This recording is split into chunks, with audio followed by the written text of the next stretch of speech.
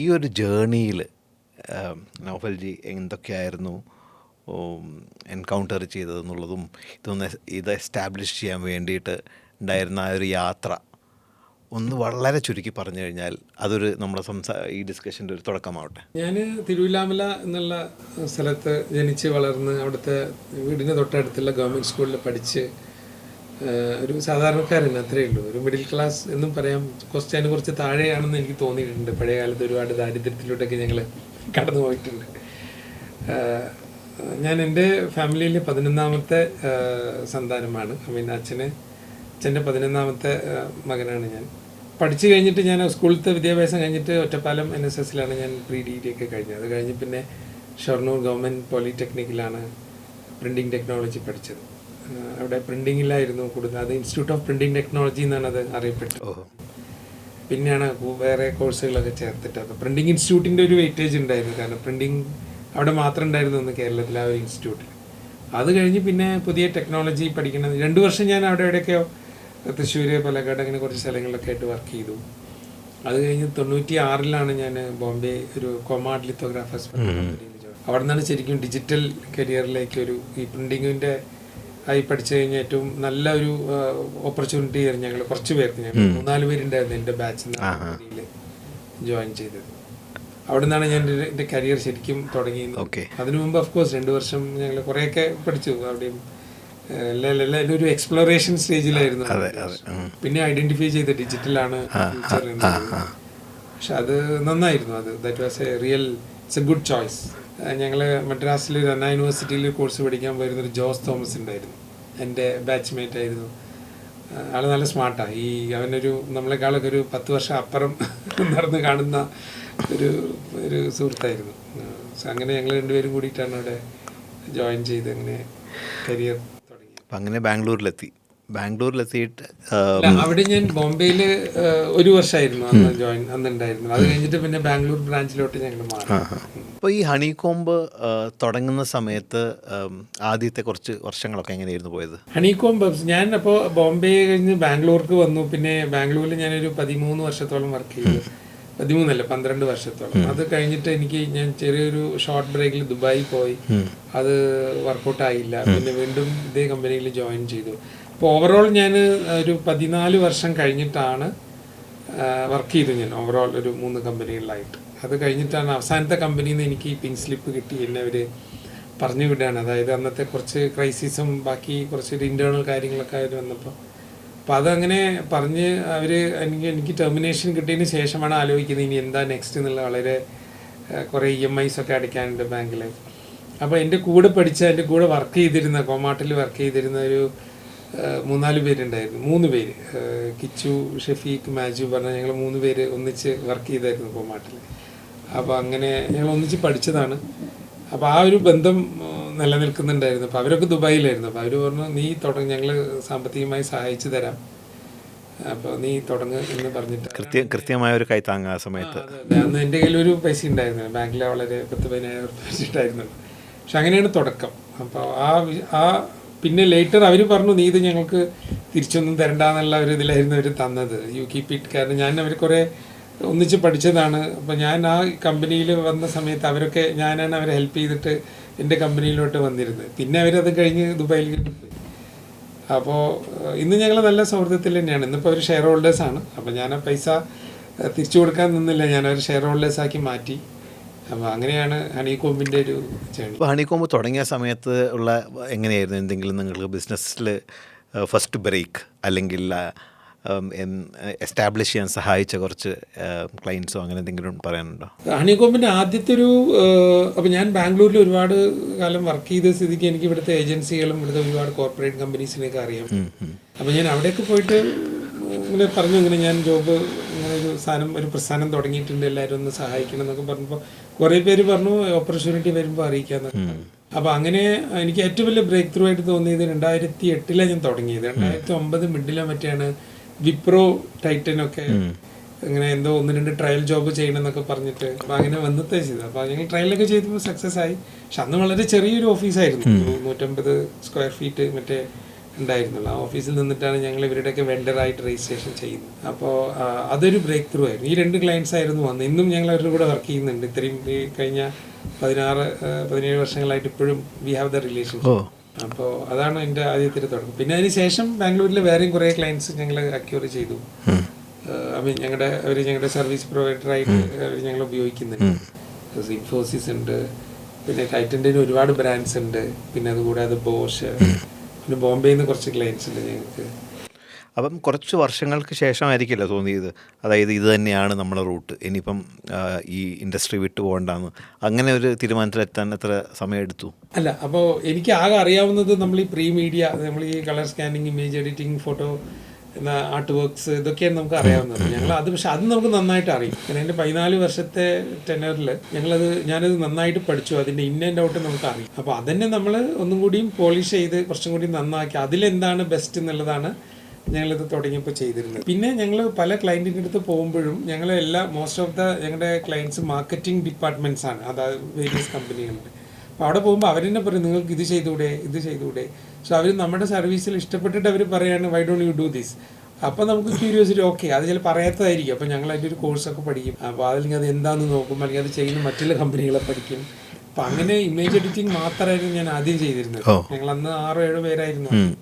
ഇപ്പോൾ 140 പേരുടെ അടുത്തുണ്ട്. അപ്പോൾ ഈ ഒരു ജേർണിയിൽ ഇപ്പോൾ ഈ 140 പേരിലും എനിക്ക് ഇപ്പോൾ ഇമേജ് എഡിറ്റിംഗ് പറഞ്ഞ സർവീസ് ഒന്നും ഞങ്ങളിപ്പോൾ ചെയ്യുന്നില്ല. അതൊക്കെ ഒബ്സൊലീറ്റായി മാറിപ്പോയി. ഇപ്പം ഞങ്ങൾ art work and graphic design ചെയ്യുന്നുണ്ട്, വീഡിയോ പ്രൊഡക്ഷൻ ചെയ്യുന്നുണ്ട്, പിന്നെ website design development, UI UX അതൊക്കെ ചെയ്യുന്നുണ്ട്, പിന്നെ digital marketing, SEO, paid ads. അപ്പം അങ്ങനെ കുറേ, അപ്പോൾ ഓരോ ഡിവിഷനും പല ഡിവിഷനായി ഞങ്ങൾക്ക് 6-7 ഡിവിഷൻസ് ഉണ്ട്. അപ്പോൾ നോക്കുവാണെങ്കിൽ ഓരോ ഓപ്പർച്യൂണിറ്റീസ് വന്ന സമയത്ത് നമ്മളതിനെ ഓപ്പൺ ഹാൻഡായിട്ട് അല്ലെങ്കിൽ സ്വീകരിച്ചു, അല്ലെങ്കിൽ ശ്രമിച്ചു നോക്കി, അങ്ങനെ പുതിയ ഏരിയാസ് ഓഫ് മാർക്കറ്റിങ്ങിലേക്ക് വന്നു, അത് സക്സസ്ഫുൾ ആവുകയായിരുന്നു ചെയ്തത് അല്ലേ? തീർച്ചയായിട്ടും അങ്ങനെ തന്നെയാണ്. അപ്പോൾ ഞങ്ങൾ എന്ത് ഓപ്പർച്യൂണിറ്റി നമ്മുടെ വഴിയിലൂടെ വരികയാണെങ്കിലും നമ്മളതൊന്ന് നോക്കും. ഓക്കെ, ഇത് നമുക്ക് പറ്റിയതാണോ, നമുക്കത് ചെയ്യാൻ പറ്റുന്നതാണെങ്കിൽ നമ്മളൊന്ന് ട്രൈ ചെയ്യും, ഒന്ന് സ്റ്റഡി ചെയ്ത് ട്രൈ ചെയ്യും. ഇപ്പോൾ 18 വർഷം ആയ ഒരു കമ്പനി എന്ന സ്ഥിതിക്ക് ഒരു ചോദ്യം ചോദിക്കട്ടെ, ഈ കമ്പനിയുടെ ഒരു വാല്യൂ സിസ്റ്റം എന്താണ്? ഞങ്ങൾ വളരെ ഡിസിപ്ലിൻഡ് ആണ്. ഓക്കെ, ഞങ്ങൾ അത് ഈവൻ ക്ലയൻറ്റിന് കൊടുക്കുന്ന പ്രൈസിങ്ങിലാണെങ്കിലും ഞങ്ങളുടെ ടൈമിങ്ങിലാണെങ്കിലും കമ്മിറ്റ്മെൻറ്റിലും ഡിസിപ്ലിൻഡ് ആണ് ഞങ്ങൾ. ഹണികോമിൻ്റെ ടോപ്പ് ടു ബോട്ടം. പിന്നെ ട്രാൻസ്പെറൻസി, അത് ഞങ്ങൾ ആരെയും പറ്റിക്കില്ല. നമ്മൾ വളരെ ട്രാൻസ്പെറൻ്റ് ആയിട്ട് ക്ലയൻറ്റിനോട് we are not over price ചെയ്യില്ല, എന്നാൽ ഒരുപാട് ലോ പ്രൈസും അല്ല. Whatever effort we put in അത് മാത്രമേ നമ്മൾ ഇത് ചെയ്യാറുള്ളൂ. പിന്നെ എംപ്ലോയീസിനോടും we pay salaries in time.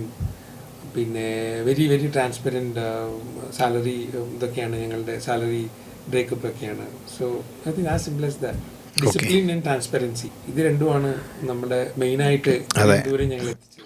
ഇത് പറയുമ്പം കേൾക്കുമ്പം പെട്ടെന്ന് ചെറിയ സിമ്പിൾ എന്ന് പറയുകയാണെങ്കിലും ഇത് ഏറ്റവും ഫണ്ടമെൻ്റൽ ബ്ലോക്സാണ്. ബിൽഡിംഗ് ബ്ലോക്ക് എന്ന് പറയുന്ന മാതിരത്തെ ഒരു വാല്യൂസാണ്. ഐ എം ഷുവർ അതൊരു ഇനിയും കുറേ ദൂരത്തേക്ക് ഈ കമ്പനിയെ കൊണ്ടുപോകാൻ സഹായിക്കുന്ന എലിമെൻറ്റ്സ് ആയിരിക്കും. കൊറോണ സമയത്തൊക്കെ ഒരുപാട് കമ്പനികൾ സാലറി വളരെ കമ്മിയാക്കി, ചിലർ 30-40-50% ഒക്കെ. ഞങ്ങൾ എന്താ ചെയ്യുന്നത് വെച്ച് കഴിഞ്ഞാൽ, ഞങ്ങൾക്ക് ആ സമയത്ത് പ്രൈം മിനിസ്റ്റേഴ്സിൻ്റെ സ്കീമിൽ ഏതോ ഒരു ലോൺ ഉണ്ടായിരുന്നു. ഞങ്ങൾ ആ ലോൺ എടുത്തിട്ട് എല്ലാവർക്കും കറക്റ്റ് സാലറി കൊടുത്തു. അപ്പോൾ ഞങ്ങൾ ആരോടും എക്സ്ക്യൂസ് ഒന്നും പറഞ്ഞില്ല, ഒരു എംപ്ലോയോടും പറഞ്ഞില്ല. ആ സമയത്തുള്ള ക്രൈസിസ് ആണ്. ഒരു വിത്തിൻ 1 year ടൈം ഞങ്ങൾ എന്താണോ സാലറി ബാക്കി വെച്ചിരുന്നതെല്ലാം ഞങ്ങൾ ക്ലിയർ ചെയ്തു. ഓക്കെ, അപ്പോൾ ആ ഒരു തിരിച്ചുള്ള ഒരു ലോയൽറ്റി എംപ്ലോയീസിൻ്റെ ഭാഗത്തുനിന്ന് തീർച്ചയായിട്ടും ഉണ്ടാവും. ഞങ്ങൾക്ക് ഒരുപാട് പേരുണ്ട് നമ്മുടെ കമ്പനിയിൽ ഇപ്പോഴും. ആദ്യകാലങ്ങളിൽ 13, 14, 15 വർഷമൊക്കെ വർക്ക് ചെയ്യുന്ന ഒരുപാട് പേരുണ്ട്. പിന്നെ ഞാൻ മനസ്സിലാക്കിയ ഒരു കാര്യം, കമ്പനി ഭയങ്കര കസ്റ്റമർ സെൻട്രിക് ആയിട്ടാണ് പല സ്ട്രാറ്റജീസും തീരുമാനങ്ങളൊക്കെ എടുത്തുകൊണ്ടിരിക്കുന്നത്. അതിനെക്കുറിച്ച് എന്തെങ്കിലും പറയാനുണ്ടോ? എങ്ങനെയാണ് നിങ്ങളെ കസ്റ്റമർ സെൻട്രിസിറ്റിയുടെ ഒരു പോളിസി, അല്ലെങ്കിൽ ഒരു എങ്ങനെയാണ് നിങ്ങൾ അതിനെ വിഭാവനം ചെയ്യുന്നത്? കസ്റ്റമേഴ്സ് പേ യുവർ സാലറി, അങ്ങനെയാണ്. അപ്പോൾ കസ്റ്റമേഴ്സിന് വേണ്ടിയിട്ടാണ് നമ്മൾ, കസ്റ്റമേഴ്സ് ഇല്ലെങ്കിൽ നമ്മളില്ല. അപ്പോൾ അതുകൊണ്ടാണ് ഞങ്ങൾ കൂടുതലും കസ്റ്റമർ സെൻട്രിക് ആയിട്ടുള്ള പോളിസീസും കാര്യങ്ങളൊക്കെ കൂടുതൽ ഡ്രൈവ് ചെയ്യുന്നത്. കസ്റ്റമേഴ്സ് നമ്മളെ പഠിപ്പിക്കും, അവർ പറഞ്ഞു തരും ഇതിങ്ങനെയൊക്കെയാണ്. ചിലപ്പോൾ ഏറ്റവും കൂടുതൽ നമ്മൾ പറയുന്ന, ഏറ്റവും കൂടുതൽ നമ്മളെ വിമർശിക്കുന്ന, അല്ലെങ്കിൽ ഏറ്റവും കൂടുതൽ എന്താ പറയുക, ബുദ്ധിമുട്ടിക്കുന്ന എന്നൊക്കെ ചിലർ പറയും തമാശക്ക്. ഇങ്ങനെ കുറേ അപ്പ് ആൻഡ് ഡൗൺ കറക്ഷൻസ് അവരാണ് നമ്മൾ ശരിക്കും പഠിക്കുന്നത്. More they criticise the more you learn from. അതെ അതെ. എന്തുകൊണ്ടാണ് അങ്ങനെ എന്നുള്ളൊരു ചോദ്യം വരും. എന്തുകൊണ്ടാണ് അവരങ്ങനെ പറയുന്നത്? Something wrong with this. അതെ, അതിലേക്ക് ഡീപ്പ് ഡൈവ് ചെയ്ത് കഴിഞ്ഞാൽ നമുക്ക് തീർച്ചയായിട്ടും പഠിക്കാം എവിടെയാണ് നമ്മുടെ പ്രോസസ്സിൽ. അതെ തീർച്ചയായിട്ടും. അല്ല, ഞാൻ ഈ ചോദ്യം ചോദിക്കാൻ മറ്റൊരു പ്രധാനപ്പെട്ട കാര്യം, ഈ 10 വർഷത്തിൽ കൂടുതലൊക്കെ ഗ്ലോബൽ കമ്പനികൾ ഹണികോമ്പിൻ്റെ കൂടെ നിൽക്കുക എന്ന് പറഞ്ഞു കഴിഞ്ഞാൽ അത് ഇന്ന് ഇൻഡസ്ട്രിയിൽ പൊതുവേ കാണുന്ന ഒരു ട്രെൻഡല്ല. അപ്പോൾ അത് തീർച്ചയായിട്ടും അതിനെന്തോ ഒരു മാജിക് ഉണ്ട് ഹണികോമ്പിൻ്റെ അവിടെ. അതെ, ഇറ്റ്സ് വെരി സിമ്പിൾ. അത്രയും work hard, smart, B transparent, B polite, very highly professional, ethically driven, അതൊക്കെ തന്നെ ഉള്ളൂ. പിന്നെ നമ്മൾ പൊതുവെ ഒന്നിനും, ഞാൻ എപ്പോഴും വിശ്വസിക്കുന്ന ഒന്ന്, എൻ്റെ പാരൻസും പറഞ്ഞിട്ടുള്ളത്, അതായത് വിജയത്തിലേക്ക് ഒരു ഷോർട്ട് കട്ട് ഇല്ല, ഒരു കുറുക്ക് വഴിയില്ല. അതെ. സോ അത്രയേ ഉള്ളൂ. ചിലപ്പോൾ വിജയം will come, I mean success has to come, you cannot go anywhere. Okay. അത് നമ്മൾ അധ്വാനിച്ച് കഴിഞ്ഞാൽ ഇറ്റ് വിൽ കം ബാക്ക്. ചിലപ്പോൾ അത് ഒത്തിരി ലേറ്റ് ആവുന്നു മാത്രം, ബട്ട് ഇറ്റ്സ് ഓക്കെ. നൗഫൽജി ഒരു റിസ്ക് ടേക്കറാണോ? തീർച്ചയായിട്ടും. അതുകൊണ്ടാണ് ഞാൻ ഇത്രയും ദൂരം എത്തിയതെന്നാണ് ഓക്കെ എനിക്കും തോന്നുന്നത്. അല്ലാതെ നമ്മൾ 2 പേരിൽ നിന്ന് തുടങ്ങി ഈ 140ഓളം പേരിലേക്ക് എത്തുന്നുണ്ടെങ്കിൽ, പിന്നെ റിസ്ക് എന്ന് വെച്ച് കഴിഞ്ഞാൽ നമ്മളൊരു മോസ്റ്റ് ഓഫ് ദ ടൈം നമുക്കൊരു കാൽക്കുലേഷൻ ഉണ്ടാവും. ഓക്കെ, ഇത് നമ്മൾ ഒരു 50% ജയിക്കോ, 50%, ആ ഒരു 50% ബ്രേക്കിൽ വന്നു കഴിഞ്ഞാൽ ഡെഫിനറ്റ്ലി നമ്മളത് ചെയ്തിരിക്കും. അതെ അതെ. പിന്നെ തോൽവി നമുക്കൊരു പ്രശ്നമില്ല. ചില കാര്യങ്ങളൊക്കെ നമ്മൾ ചെയ്യും, അത് തോൽക്കും. പക്ഷെ എന്ത് ചെയ്യുമ്പോഴും ഒരു തോൽവി നമ്മൾ പ്രതീക്ഷിക്കണം. അപ്പോൾ എപ്പോഴും ഒരു പ്ലാൻ ബി ഉണ്ടാവും. ഇപ്പം ഏതൊന്നും ചെയ്യുകയാണെങ്കിലും, ഇപ്പം ഞാനവിടെ നാട്ടിൽ എനിക്കൊരു ഹോം സ്റ്റേ ഉണ്ട്. പലരും എന്നെ നിരുത്സാഹപ്പെടുത്തി, ഇത്രയധികം പൈസ ഇവിടെ ചിലവാക്കണം, ഇത് വേറെ എന്തെങ്കിലും ചെയ്തുകൂടെ, അപ്പോൾ ഇങ്ങനെയുള്ളൊരു സ്ഥലത്ത് ആളുകൾ വരുമോ, ബിക്കോസ് നമ്മുടെ വില്ലേജ് ഒരു ടൂറിസ്റ്റ് വില്ലേജ് ഒന്നുമല്ല. അപ്പോൾ ഞാൻ പറഞ്ഞത്, ഞാനിപ്പോൾ എന്താണെങ്കിലും എനിക്ക് എൻ്റെ വീട് റിപ്പയർ ചെയ്തേ പറ്റൂ. കാരണം എനിക്ക് I need to go and stay there. പിന്നെ അതിൻ്റെ ബിയോണ്ട് ഇനിയിപ്പോൾ ഹോം സ്റ്റേ ആളുകൾ വന്നാലായി, വന്നില്ലെങ്കിൽ എനിക്ക് കുഴപ്പമൊന്നുമില്ല. It's my house. എനിക്ക് ബാംഗ്ലൂരിൽ നിന്ന് നാട്ടിൽ പോകുമ്പോൾ താമസിക്കാൻ വേറെ ഒരു വീടില്ല. ആകെ ആ ഒരു ചെറിയൊരു ഇത് മാത്രമേ ഉള്ളൂ, അതുകൊണ്ടുള്ള ഒരു വീടേ ഉള്ളൂ. So we are happy that. അപ്പോൾ ആ ഒരു റിസ്ക് ടേക്കിങ്ങിൽ തന്നെ നമുക്കൊരു കണക്കുണ്ട്. അതായത് നമുക്കത് ട്രൈ ചെയ്യണമെങ്കിൽ ഒരു 50% വിജയസാധ്യത ഉണ്ടെങ്കിൽ മുന്നോട്ട് പോവുക. അതാണ് പോളിസി. എൻ്റെ ഒരു നേച്ചർ അങ്ങനെയാണ്. ഏത് ചെയ്യുകയാണെങ്കിലും ഒരു ലാഭനഷ്ടം എന്നുള്ളത് ഞാൻ കൂടുതൽ നോക്കാറില്ല. പക്ഷെ ഇതാണ്, നമുക്കൊരു ഹാപ്പിനെസ് വേണം. നമ്മളൊരു കാര്യം ചെയ്യുമ്പോൾ നമുക്കതൊന്നൊരു ഹാപ്പിനെസ് കിട്ടണം. അതാണ് മോസ്റ്റ് ഇമ്പോർട്ടൻറ്റ്. അല്ലാതെ നമുക്കിപ്പോൾ നമ്മുടെ കമ്പനിയും എൻ്റെ ആസ് എ പേഴ്സൺ ആൾസോ നമ്മൾ ഒരുപാട് പ്രോഫിറ്റ് ഡ്രിവൻ കമ്പനിയാണ്. നമുക്ക് ഏതൊന്ന് ചെയ്യുമ്പോഴും നമ്മൾ പ്രോഫിറ്റ് എന്നുള്ളൊരു സംഭവം തന്നെ നമ്മുടെ ചിന്തയിൽ വരാറില്ല. നമ്മുടെ കഴിവുകൾ വെച്ചിട്ട് നിങ്ങൾക്ക് നന്നായി ചെയ്യാൻ പറ്റുമോ, whether is it make some difference to other people. First of all customers, പിന്നെ എംപ്ലോയീസ്. ഇത് 2 പേരാണല്ലോ നമ്മുടെ അടുത്ത ഇക്കോസിസ്റ്റം. അപ്പോൾ അവർക്ക് എന്തെങ്കിലും ഗുണം കിട്ടുന്നതാണെങ്കിൽ ഡെഫിനറ്റ്ലി നമുക്കത് ചെയ്യാം. ഓക്കെ. അപ്പോൾ അത് പറഞ്ഞ സ്ഥിതിക്ക് കമ്പനിയുടെ ഒരു ഭാവിയിൽ, അല്ലെങ്കിൽ ഒരു 5 വർഷത്തിന് ശേഷം, 10 വർഷത്തിന് ശേഷം എങ്ങനെയാണ് കാണുന്നത്? കമ്പനി എവിടെ ഉണ്ടായിരിക്കണം ആ സമയത്ത്? ഞങ്ങളിപ്പോൾ ഒരു 140ഓളം പേരുണ്ട്. ഒരു 2 വർഷത്തിനുള്ളൊരു 200 പേരെങ്കിലും ഞങ്ങളാവും. ആ ഒരു കാൽക്കുലേഷനിലാണ് ഞങ്ങളിപ്പോൾ പോകുന്നത്. അതിനപ്പുറം തീർച്ചയായിട്ടും ഈ ടെക്നോളജി ഒരുപാട് മാറ്റങ്ങൾ കൊണ്ടുവരുന്നുണ്ട്. പ്രത്യേകിച്ച് ഇപ്പോൾ ആർട്ടിഫിഷ്യൽ ഇൻ്റലിജൻസ് വന്നപ്പോൾ തന്നെ കുറേ ജോലി പോകുന്നൊക്കെ പറഞ്ഞു. പക്ഷെ ഞങ്ങളിപ്പോഴും ആളുകൾ എടുത്തുകൊണ്ടിരിക്കുകയാണ്. ഗ്രാഫിക് ഡിസൈനേഴ്സിനെയും അതുപോലെ മറ്റ് വീഡിയോ എഡിറ്റേഴ്സ്, അങ്ങനെയുള്ള ആർട്ട് ഡയറക്ടേഴ്സ്, ഒരുപാട് വേക്കൻസി ഇപ്പോഴും വന്നുകൊണ്ടിരിക്കുന്നത്. കോർപ്പറേറ്റ് കമ്പനിക്ക് ആളെ ആവശ്യമുണ്ട്. പക്ഷെ ഇപ്പോൾ അവർ ചോദിക്കുന്ന ഒരു ചോദ്യം, ഈ AI പ്രോംപ്റ്റ് കൊടുക്കാൻ പറ്റുന്ന ആളായിരിക്കണം. അപ്പോൾ ആ ഒരു വ്യത്യാസമേ വന്നിട്ടുള്ളൂ. പക്ഷെ ഇപ്പോഴും ജോലികളൊന്നും ആരുടെയും പോകുന്നില്ല, അധികമാവുന്നേ ഉള്ളൂ.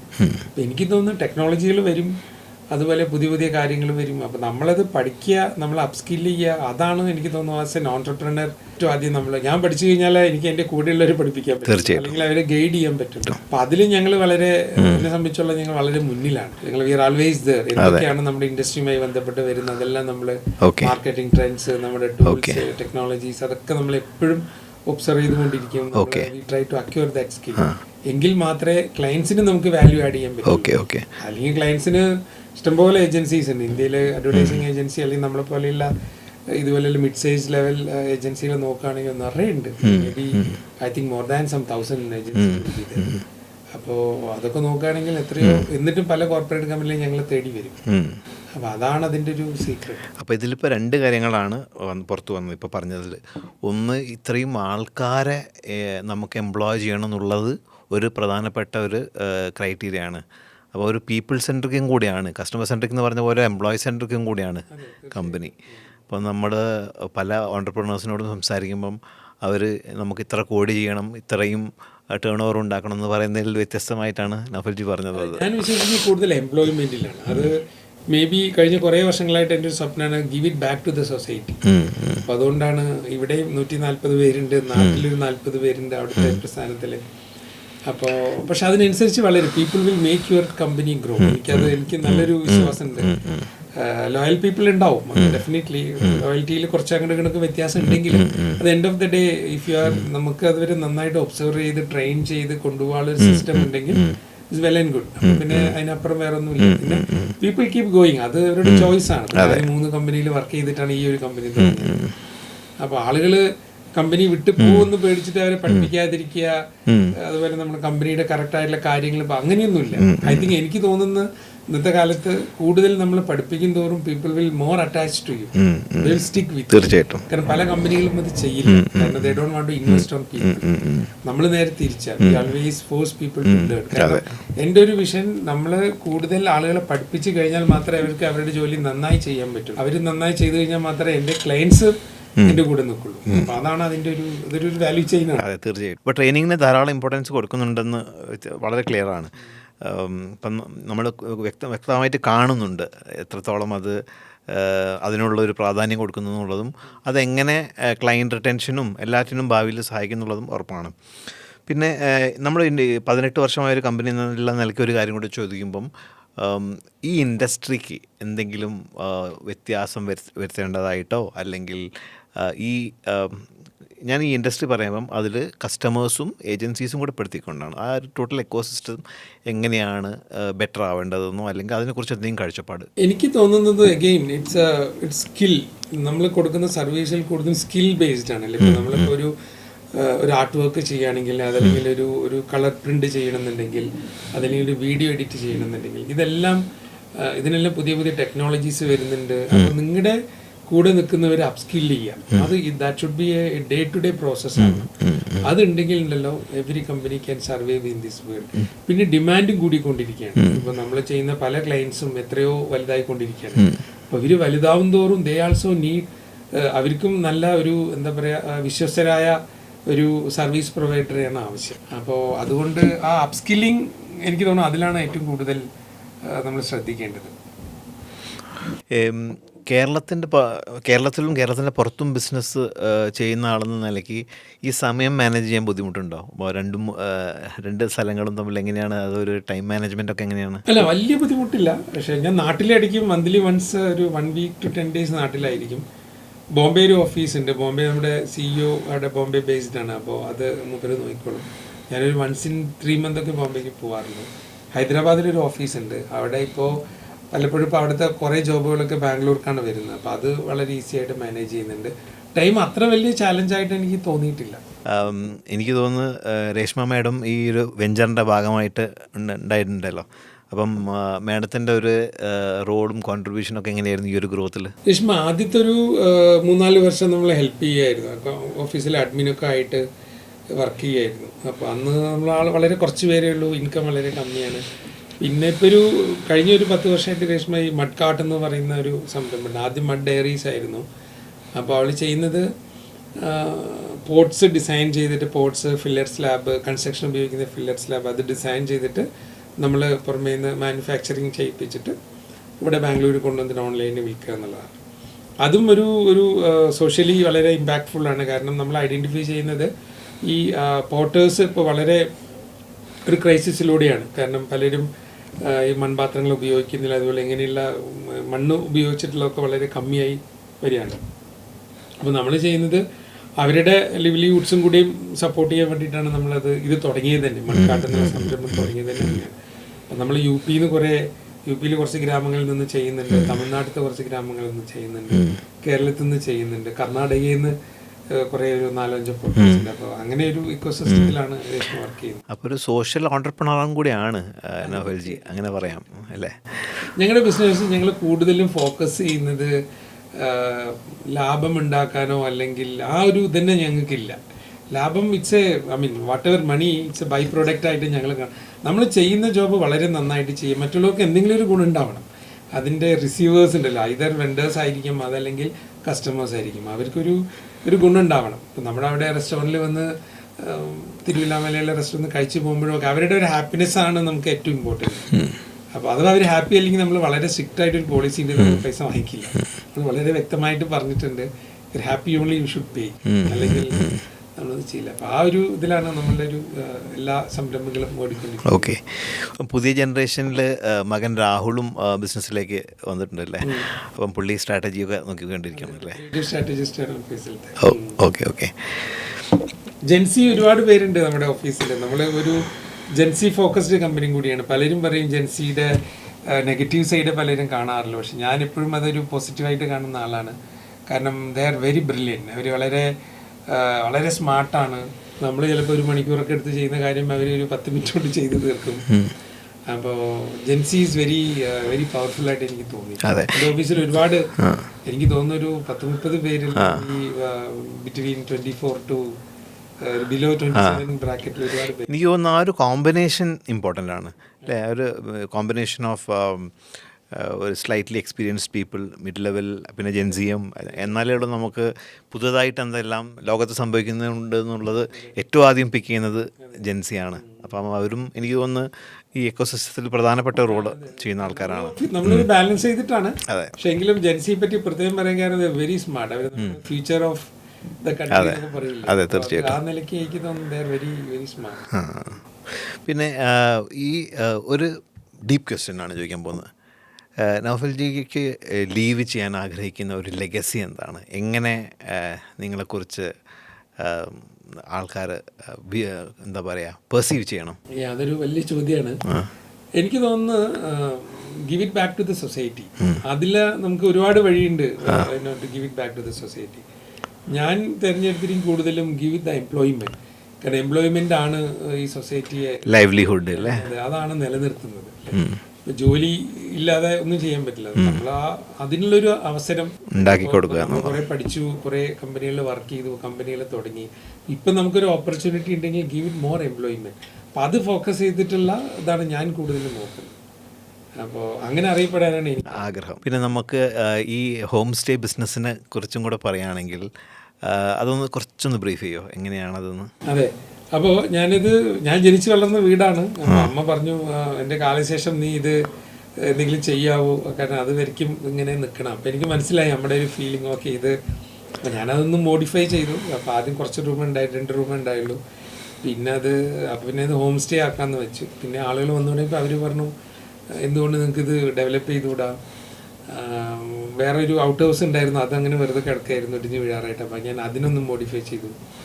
അപ്പോൾ ആ റൂമുകളും കൂടിയും ആയപ്പോൾ പിന്നെ തിരക്ക് കൂടി തുടങ്ങി. അപ്പോൾ അവർ പറയും ഞങ്ങൾക്ക് സ്വിമ്മിംഗ് പൂൾ വേണം, പാർക്കാക്കിക്കൂടെ. അപ്പോൾ ഇതെല്ലാം കസ്റ്റമേഴ്സ് തരുന്ന ഫീഡ്ബാക്കാണ്. അപ്പോൾ ഞാൻ കസ്റ്റമറിൻ്റെ ഫീഡ്ബാക്കും ക്രിറ്റിസിസം എന്താണെങ്കിലും വളരെ ഓപ്പണായിട്ട് അക്സെപ്റ്റ് ചെയ്യുന്ന ഒരാളാണ്. കാരണം അവരങ്ങനെ പറയണമെന്നുണ്ടെങ്കിൽ എന്തെങ്കിലും ഒരു കാരണം ഉണ്ടാവും. അപ്പോൾ അങ്ങനെയാണ് ഹോം സ്റ്റേ നമ്മൾ ഡെവലപ്പ് ചെയ്തത്. ഒരു 4 ഏക്കർ ലാൻഡ് ഉണ്ട്. അപ്പോൾ അപ്പോൾ ഇങ്ങനെ ഈ സൗകര്യങ്ങൾ കൂടി വരുന്നതോടെ അതിനനുസരിച്ചിട്ട് കൂടുതൽ ആളുകൾ വരുന്നുണ്ട്. അതിപ്പോൾ ആൾമോസ്റ്റ് ഒരു ബ്രേക്ക് ഇവൻ്റെ സ്റ്റേജിലാണ്. പിന്നെ ഞങ്ങൾ അടുത്ത് തന്നെ ഒരു റെസ്റ്റോറൻറ്റ് തുടങ്ങി പഞ്ചായത്തിൻ്റെ ഒരു ലീസിനടുത്തൊരു സ്ഥലത്ത്. അപ്പോൾ എല്ലാം കൂടി ഒരു 40 പേരോളം കേരളത്തിൽ വർക്ക് ചെയ്യുന്നു. പിന്നെ പലരും പറയും കേരളത്തിലെ വ്യവസായം അങ്ങനെ. അപ്പോൾ എന്നെ സംബന്ധിച്ചുള്ള ഇതൊരു ചെറിയൊരു ബിസിനസ്സാണ്. എനിക്ക് തോന്നിയത് കേരളത്തിൽ നിങ്ങൾ എന്ത് തുടങ്ങുകയാണെങ്കിലും അവിടെയുള്ള ഒരു എക്സ്പീരിയൻസ് ഉണ്ടെങ്കിൽ ലോകത്ത് എവിടെ പോയി കഴിഞ്ഞാൽ നിങ്ങൾക്ക് കച്ചവടം ബിസിനസ് ചെയ്യാൻ പറ്റും. കാരണം അവിടുത്തെ റൂൾസ് ആൻഡ് റെഗുലേഷൻസ് നമ്മൾ യു മസ്റ്റ് ഫോളോ ചെയ്യണം. അതല്ലാതെ അവിടെ ഒന്നും ചെയ്യാൻ പറ്റില്ല. പിന്നെ ട്രേഡ് യൂണിയൻസ് അത് പറയുന്നത് നമ്മളെ സംബന്ധിച്ചോളം അത്ര വലിയൊരു പ്രശ്നങ്ങളൊന്നും ഉണ്ടായിട്ടില്ല. എന്നെ സംബന്ധിച്ചോളം തിരുവല്ലാമല ഞാൻ ജനിച്ചു വളർന്ന സ്ഥലമാണ്, എൻ്റെ മണ്ണാണ്. എനിക്കവിടെ എല്ലാവരെയും അറിയും. പിന്നെ ഞാൻ അവിടെ ഒരു എന്താ പറയുക ഒരു വിദേശിയോ അതല്ലെങ്കിൽ ഒരു അറിയപ്പെടാത്ത ആളല്ല. നമുക്ക് നമ്മുടേതായ ഒരു കെമിസ്ട്രി ഉണ്ട് ആ നാടുമായിട്ടും അവിടുത്തെ നാട്ടുകാരായിട്ടും. അതൊരു വലിയ സപ്പോർട്ടാണ്. കാരണം ഈ ഹോം സ്റ്റേ പോലെയുള്ള ബിസിനസ്സുകൾ നടത്തുമ്പോൾ, പ്രത്യേകിച്ച് ചെറിയ ബിസിനസ് ആകുമ്പോൾ അവിടുത്തെ ഒരു അഫ്കോഴ്സ് ഇപ്പം 40 പേര് ജോലി ചെയ്തെന്ന് ഞാൻ പറയുമെങ്കിലും അവിടുത്തെ ലോക്കൽ സപ്പോർട്ട് ഉണ്ടല്ലോ. അവിടുത്തെ ഗവർണൻസിന്, അവരുടെ പഞ്ചായത്തിൻ്റെ, അതുപോലെ അവിടെ മറ്റു പ്രതിനിധികളുടെ, പിന്നെ പൊളിറ്റിക്കൽ പാർട്ടിയുടെ, പിന്നെ എൻ്റെ അവിടുത്തെ സുഹൃത്തുക്കളുടെ. അപ്പം എനിക്കവിടെ എല്ലാം തിരുവല്ലാമല എല്ലാവരും എൻ്റെ അംബാസഡേഴ്സാണ്. അപ്പോൾ അതുകൊണ്ടൊക്കെ എനിക്ക് സക്സസ്ഫുൾ ആയിട്ട് ഇവിടെ ചെയ്യാൻ പറ്റുന്നു. അപ്പം ഞാൻ നോക്കുമ്പോൾ ഇതൊരു വെറും ഹോം സ്റ്റേ എന്ന് മാത്രം പറയാൻ പറ്റില്ല അല്ലേ. നമുക്കൊരു ഓഡിറ്റോറിയം ഉണ്ട്, പിന്നെ ഒരു സ്വിമ്മിംഗ് പൂളുണ്ട്, പിന്നെ ചിൽഡ്രൻസ് പ്ലേ ഏരിയ, പാർക്കുണ്ട്, അക്കാഡമി ഉണ്ട്, പിന്നെ 2 ഫംഗ്ഷൻ ഹാൾ ഉണ്ട്, AC ഒന്ന് നോൺ AC. അപ്പോൾ അത് വിവാഹം പോലെയുള്ള ചടങ്ങുകളൊക്കെ നടത്താം അല്ലേ. 150-200 പേർക്കുള്ള ചില ഫംഗ്ഷൻസ് ഒക്കെ നടത്താറുണ്ട്. അപ്പം നോക്കുമ്പോൾ ഇതൊരു വീക്കെൻഡ് ഗെറ്റ് അവേ ആയിട്ട് കാണാം, അല്ലെങ്കിൽ ചെറിയ ഇവൻറ്റ്സിന് വേണ്ടിയിട്ടുള്ള outdoor indoor facility, swimming pool എല്ലാം കൂടെയുള്ള ഒരു ഫെസിലിറ്റി ആണല്ലേ. ഓക്കെ അങ്ങനെ ഒരുപാട് പേര്. ഓക്കെ ഞാനതൊരു വളരെ ഒരു പാഷനേറ്റ് ആയിട്ട് നടത്തണം. എന്റെ ബ്രെഡ് ആൻഡ് ബട്ടർ എല്ലാം ബാംഗ്ലൂരിൽ നിന്നാണ്. ബാക്കി അതൊരു പാഷനേറ്റ് ആണ്. നമ്മുടെ വില്ലേജ് ആണ്, പിന്നെ വീട് എനിക്ക് വേണം. വീട് എന്റെ ജനിച്ച് വളർന്ന സ്ഥലമാണ്. അപ്പൊ ഞാനത് മെയിൻറ്റെയിൻ ചെയ്ത് പോകുന്നു. അതിന്റെ കൂടെ ഇതൊരു ഇതായിട്ട് പോകുന്നു. ഇത് തൃശ്ശൂർ ജില്ലയുടെയും പാലക്കാട് ജില്ലയുടെയും നടുവിലായിട്ട് വരും. തൃശ്ശൂരിനും പാലക്കാടിനും മധ്യമായിട്ട് കിലോമീറ്റർ വെച്ച് പറയുകയാണെങ്കിൽ തൃശ്ശൂരിൽ നിന്ന് ഒരു 50 കിലോമീറ്റർ, പാലക്കാട് നിന്ന് ഒരു 32 കിലോമീറ്റർ, ഗുരുവായൂരിൽ നിന്ന് ഒരു 50 കിലോമീറ്റർ വരും. ഒരു നല്ല പച്ചപ്പ് നിറഞ്ഞ, നിങ്ങൾ കൊല്ലങ്കോട് എന്നൊക്കെ പറയുന്ന പോലെ തന്നെ ഇതൊക്കെ പറയാം. പക്ഷെ തിരുവിലാമലയിൽ നിന്ന് മാർക്കറ്റ് ചെയ്യപ്പെട്ടിട്ടില്ല, അധികം പേർക്കും അറിയില്ല. അപ്പൊ ഞാനിനി ഇനീഷ്യേറ്റ് എടുത്തിട്ട് എൻ്റെ തിരുവിലാമല എന്ന് പറയുന്ന ഒരു ക്യാമ്പയിൻ ചെയ്തിരുന്നു. അതിപ്പോഴും അതെല്ലാം ലൈവാണ്. പിന്നെ അപ്പൊ ഞാനിപ്പോഴും കൂടുതൽ ഫോക്കസ് ചെയ്യുന്നത് തിരുവിലാമലയെ പ്രൊജക്ട് ചെയ്ത് വലുതാക്കാനാണ്. തിരുവിലാമല ലോകം മുഴുവൻ അറിയപ്പെടണം. തിരുവിലാമല അറിഞ്ഞാൽ അതിലേക്ക് ആളുകൾ വരും. ആളുകൾ വന്നു കഴിഞ്ഞാൽ മേ ബി ഹോം സ്റ്റേ ഒരു ഓപ്ഷനാണ്. അതിലേക്ക് അവിടെ വേറെ വലിയ ഹോട്ടൽസ് ഉണ്ട്. ഇതിനേക്കാളൊക്കെ എത്രയോ നിറയെ ഇൻവെന്ററിയിലെ വലിയ വലിയ ഹോട്ടൽസ് ഉണ്ട്. That's their choice. പക്ഷെ എന്നെ സംബന്ധിച്ചോളം നമുക്ക് ചെയ്യാൻ പറ്റുന്ന എന്താണോ അത് ചെയ്യാം. അതെ. അപ്പോൾ എനിക്ക് തോന്നുന്നു ഈ ഒരു റിസോർട്ട് അല്ലെങ്കിൽ ഈ ഒരു ഹോം സ്റ്റേ എന്നുള്ളൊരു കോൺസെപ്റ്റിനെ ആൾക്കാരിലേക്ക് അറിയിക്കാൻ വേണ്ടി ഇപ്പോൾ ഓൺലൈനായിട്ടും ചെയ്യുന്നുണ്ടല്ലോ അല്ലേ. ഓൺലൈനായിട്ട് ബുക്ക് ചെയ്യാനുള്ള ഫെസിലിറ്റി എല്ലാം ഉണ്ട്. ഓക്കെ. അപ്പം വിദേശികളെയൊക്കെ അട്രാക്ട് ചെയ്യുന്നുണ്ടോ? അപ്പം വിദേശികൾ വരുന്നുണ്ട്, അത്യാവശ്യം വരുന്നുണ്ട്. എനിക്ക് തോന്നുന്നു മന്ത്ലി ഒരു 2-3 ബാച്ചസ് വരുന്നുണ്ട്. 2 പേര് 3 പേരായിട്ടുള്ളതായിട്ട് ഇപ്പോൾ വന്ന് തുടങ്ങിയിട്ടുണ്ട്. തിരുവിലാമലയെ സംബന്ധിച്ചോളം അതൊരു ടൂറിസം റൂട്ടല്ല, ഒരു ടൂറിസ്റ്റ് റൂട്ടല്ല. ടൂറിസ്റ്റുകൾ ഇപ്പോൾ നമ്മുടെ എറണാകുളത്ത് നെടുമ്പാശ്ശേരിയിൽ വന്ന് ഇറങ്ങുന്നു, പിന്നെ അവിടെ നിന്ന് ഞങ്ങളുടെ ആലപ്പി, മൂന്നാർ, ഹൗസ് ബോട്ട്, ചിലപ്പോൾ ട്രിവാൻഡ്രം അങ്ങനെ പോയിട്ട് അത് തീരുമാനം, അല്ലെങ്കിൽ പിന്നെ ഇവര് നോർത്തിലോട്ട് ഗുരുവായൂർ, അങ്ങനെ എടപ്പാൾ വഴി കോഴിക്കോട്, കണ്ണൂർ അങ്ങനെ പോകും. തിരുവിലാമലെ പാലക്കാട് അല്ലെങ്കിൽ കൊല്ലങ്കോട്, അവരായിട്ട് കമ്പയർ ചെയ്യുന്നില്ല. തിരുവല്ലാമല വളരെ റിമോട്ട് ആയിട്ടുള്ള ഒരു 2 ടൂറിസ്റ്റ് ബെൽറ്റിന്റെ നടുവിലായിട്ട്. ഈവൻ കണക്ടിവിറ്റി ഒക്കെ നല്ലതാണ്. പക്ഷെ ഒരു ടൂറിസ്റ്റ് സ്ഥലമായിട്ട് ആളുകൾക്ക് വന്നിട്ട് വല്ല ബീച്ചോ അല്ലെങ്കിൽ അങ്ങനെയുള്ള ഇതൊന്നുമില്ല. ബട്ട് ഞാൻ ട്രൈയിങ് അവർ ബെസ്റ്റ്. പക്ഷെ there is attraction. Weaving facility അങ്ങനെ ഉണ്ടെന്ന് പറഞ്ഞു അല്ലേ. വില്ലേജ് ഉണ്ട് അവിടെ വീവിംഗ് ഒന്ന്. പക്ഷെ ഞാൻ എൻ്റെ ഹോം സ്റ്റേയിലൊരു വീവിംഗ് സെറ്റപ്പ് ഉണ്ടാക്കി. കാരണം പലപ്പോഴും ടൂറിസ്റ്റുകൾ വരുമ്പോൾ അവിടെ പോയിരുന്ന് റിലാക്സ് ചെയ്ത് അവർക്ക് അത് മനസ്സിലാക്കാൻ ചില ബുദ്ധിമുട്ടുകളുണ്ടായിരുന്നു. അപ്പോൾ എൻ്റെ അവിടെ തന്നെ ഹോം സ്റ്റേയിൽ തന്നെ 2 യൂണിറ്റ് ഉണ്ട്. ഒന്ന് കളറും പ്ലെയിനും ഒക്കെ ചെയ്യുന്ന 2, അതും നമ്മളെ ലോക്കൽ എംപ്ലോയ്മെന്റിന് അവിടെ 2 എക്സ്പീരിയൻസ്ഡ് ആയിട്ടുള്ള എന്താ പറയുക, നെയ്യുന്ന ആളുകൾക്ക്, നെയ്ത്തുകാർക്ക് ജോലി കൊടുത്തിരിക്കുകയാണ്. It's going well. അവിടെ ഉണ്ടാവുന്ന പ്രൊഡക്ട്സ് അവിടെ തന്നെ വരുന്ന ടൂറിസ്റ്റുകളോ അല്ലെങ്കിൽ ഈ ഫാമിലി ഗെറ്റ് ടുഗദർ വരുന്ന ആളുകളൊക്കെ അവിടെ തന്നെ പർച്ചേസ് ചെയ്തിട്ട് പോകും. Very good. അപ്പോൾ അത് what ever produce it's get sold. Very good നൗഫൽജി. ഞാനിതിപ്പം നോക്കുന്ന സമയത്ത് ഈ 18 വർഷത്തെ ബിസിനസ് ഫോർ ഹണികോമ്പും അല്ലെങ്കിൽ തിരുവല്ലാമലയിലെ ഈ പ്രൊജക്റ്റ് ആണെങ്കിലും എല്ലാം ഒരു സോഷ്യൽ ഓൺടർപ്രണർഷിപ്പിൻ്റെ എല്ലാ എലിമെൻസും അതിലുണ്ട്. അപ്പം നേരത്തെ പറഞ്ഞ പോലെ എംപ്ലോയ്മെൻറ്റ് കൊടുക്കുക എന്നുള്ള വളരെ ഒരു പുണ്യമായ ഒരു കർമ്മം കൂടിയാണ്. അപ്പോൾ എനിക്ക് തോന്നുന്നു ഈ എല്ലാ സംരംഭങ്ങളും നന്നായി വരട്ടെ എന്ന് ആശംസിച്ചുകൊണ്ട് ഞാൻ നിർത്തുന്നു. Thank you for coming.